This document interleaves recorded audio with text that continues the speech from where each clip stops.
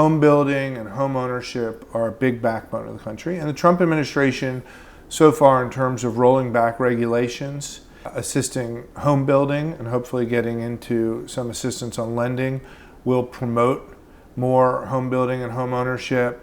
But tariffs could hurt it. Yep. Higher prices on lumber could hurt it. Yep. And if rates tick up, I think that the miracle that was the last few years when rates went up and demand stayed high is going to flatten out a little bit.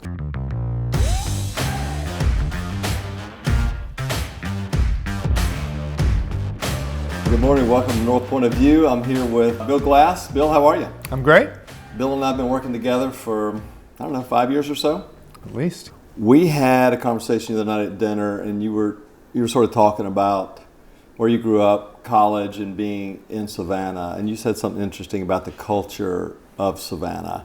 Can you put that in context of like where you grew up, Baltimore, and college, and LA school, and all that, but then why you love Savannah? So I grew up in Baltimore, which is a great old city that's seen better days, but it's still a port city, has an authentic downtown, Fells Point, Federal Hill, Colonial.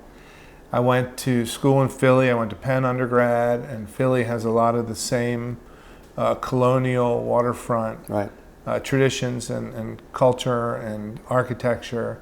And then I moved out to LA for law school. But ending up in Savannah is one of the lucky things that happened in my life. I feel like I married a girl from Savannah who brought me here. I could have ended up almost anywhere, having fallen in love with somebody from another place. But Savannah has all those waterfront aspects, all the history, all the colonial architecture and intrinsic beauty, and it is one of the last truly authentic places in America. I mean, there are so few places. I would say Santa Fe. And why do you say that? Because that was, you used a phrase, it was like inside its own culture or something to that effect, like it's comfortable in its own skin, but Savannah is unique. Right. Savannah is totally unique, but it's totally comfortable with its bubble and its skin, and it doesn't need to become something else. It doesn't need to attract brands and retail and restaurants from all over the country. It is a very homegrown, authentic, congenial place that's in love with itself for all the right reasons. Yeah. But its authenticity, I think, is what makes it remarkable in a country where so often development means borrowing the same exact thing from every other city. Right. You know? I mean, there's so few places left. New Orleans, Santa Fe, San Francisco come to mind, but I mean, Savannah is a totally real and authentic place. You can come here for 3 or 4 days or a lifetime and never feel like it's inauthentic, it's copying. That's a great somewhere Chamber of else. Commerce line, by the way. Yeah. 3 or 4 days or a lifetime. I know. I wish they'd hire me. And we had dinner with a friend from Chicago. It was his first visit, and my description was, well, Savannah is the middle sister, right? Charleston's the firstborn, the oldest, more proper sister.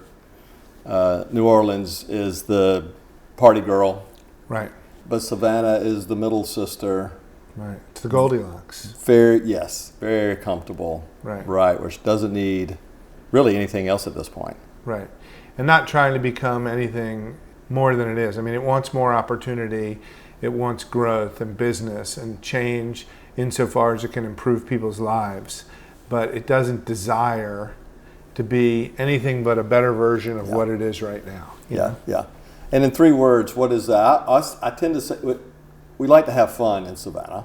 For sure. Right? There's a deep Southern culture here. We love food, love drink, love college football. And then SCAD brings the arts. Yeah. I mean, I think that the thing people miss about Savannah, if they read about it and know about it, is that in addition to being in the Deep South and subscribing to a rich history and culture, it has this incredible diversity due to SCAD and arts and people from all over the world bringing new ideas and new creativity to the place. So It's great. I mean, I'm here forever. I'm a huge believer, and I don't think, another thing we talked about the other night is I don't think we can guess about how great Savannah becomes. I agree.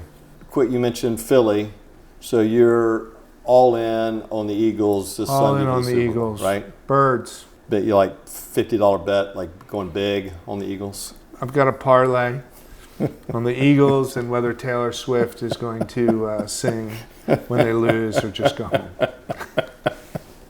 LA, you spent obviously at least 4 years out there, right? Love LA. Law school. The fires at LA, and I've got friends out there, I've talked to them, but it got real to me when you described the conversation you had with your friend about every book in their home has to be cleaned because of the soot that's in their home. Right.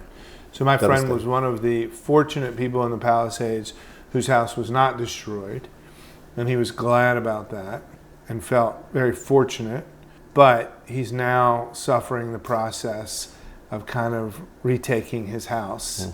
And every single item has to be cleaned inside and out because soot has made its way into the fabric of every inch and fiber of the house. Wow.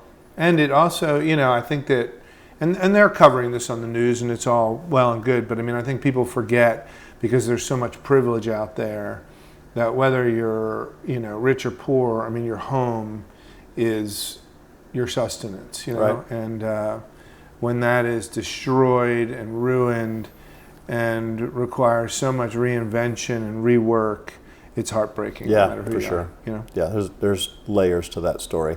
Roll to business for a second. You're pretty deep in, I guess, some type of hierarchy with the Home Builders Association. I don't know. You go to meetings in D.C. and you go to the big meetings out in Vegas. Right. Have you got like a title with them? Yeah, Are you like I was the chair to of the Legal Affairs Committee for the National Home Builders Association, and I still sit on the board. I'm on the Legal Affairs Committee, and I sit on the board of the National Home Builders Association. So that's like a big deal. Yeah, I mean, it's not a big deal, but I have a front seat and pay close attention to advocacy and the business of home building.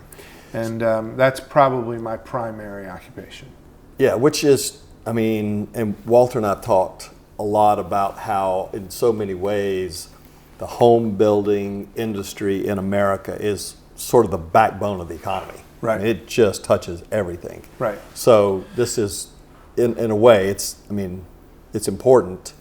The next couple of years seem to be sort of, in my mind, pivotal on what happens to like our national economy for the next decade. I mean, just, as goes home building, so goes the nation. And it seems like there's been a softening, right? Interest rates up. The economy, home building wants to click back into gear, but if interest rate, you and I have been talking about it earlier today, if they kick up another point or two, I mean, there's a chill, right, that sort of washes over the entire industry, yet there's still a ton of optimism. A lot of people out there making big moves. What are your thoughts on like sort of the opportunity versus the risk in home building the next couple of years? Yeah, I think that you put it exactly right. There's tremendous energy around home building right now, right? There's endless appetite for lots and building among home builders, and the American dream of home ownership is as strong as ever and probably the primary motivating force in work and income generation for Americans. So I mean, home building and home ownership are a big backbone of the country. And the Trump administration, so far in terms of rolling back regulations and assisting home building and hopefully getting into some assistance on lending, will promote more home building and home ownership, but tariffs could hurt it. Yep. Higher prices on lumber could hurt it. Yep. And if rates tick up, I think that the miracle that was the last few years when rates went up and demand stayed high is going to flatten out a little bit. Because I think you drew out all the people who had to get a new home or really wanted to get a new home no matter the rate. Yep. And now there's still a lot of people stuck in their homes at old rates that won't move out until we probably hit a solid, steady 5 to 6% rate on interest rates. If that ticks up, I think it'll chill a little bit. But if you look at all the smart home builders, and they're smart and sophisticated, they have tremendous confidence in home building generally in the U.S., but in the Southeast in particular. I mean, I think that throughout the Southeast, almost no matter the rate, unless it goes crazy, the trends, the population trends, people moving here, the attractiveness to businesses is making home building and home ownership in the Southeast, and in particular the coastal Southeast, wonderful. It's going to be, I tell the folks I work with all the time in Savannah and places like Savannah, I think they have the wind at their backs in home building and home building related industries for 20 years probably.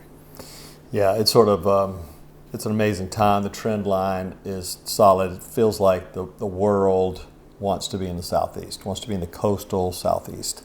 It's also our responsibility and obligation to, protect the asset that we have, right? Just as you described, Savannah, people come here because of what it is. Let's try to maintain what we have, right? Yeah. At the same time while embracing growth. Yeah, I mean, we should grow, but not grow like crazy. But I think that there's plenty of room here for a higher tide to raise more ships. Mm-hmm. I mean, I think that there are beautiful places to live outside of Savannah that are still affordable for Americans and be proximate to one of the greatest cities in the country, and I think we could double or triple in size without ruining the culture and the authenticity of Savannah. Sponsored by the Savannah Chamber of Commerce. Come for 3 or 4 days or a lifetime. All right, next time make sure that Walter's here to give a few more probing questions, dig deeper into the home building piece. Great having you here. And we'll also catch up on the contract negotiations between you and Dos Equis. Those should be concluded by then. Taking over the title as world's most interesting man. Yeah, and we're not running this part of the podcast. Thanks, guys. All right, thank you. I enjoyed it. All right, see you, man. Appreciate it.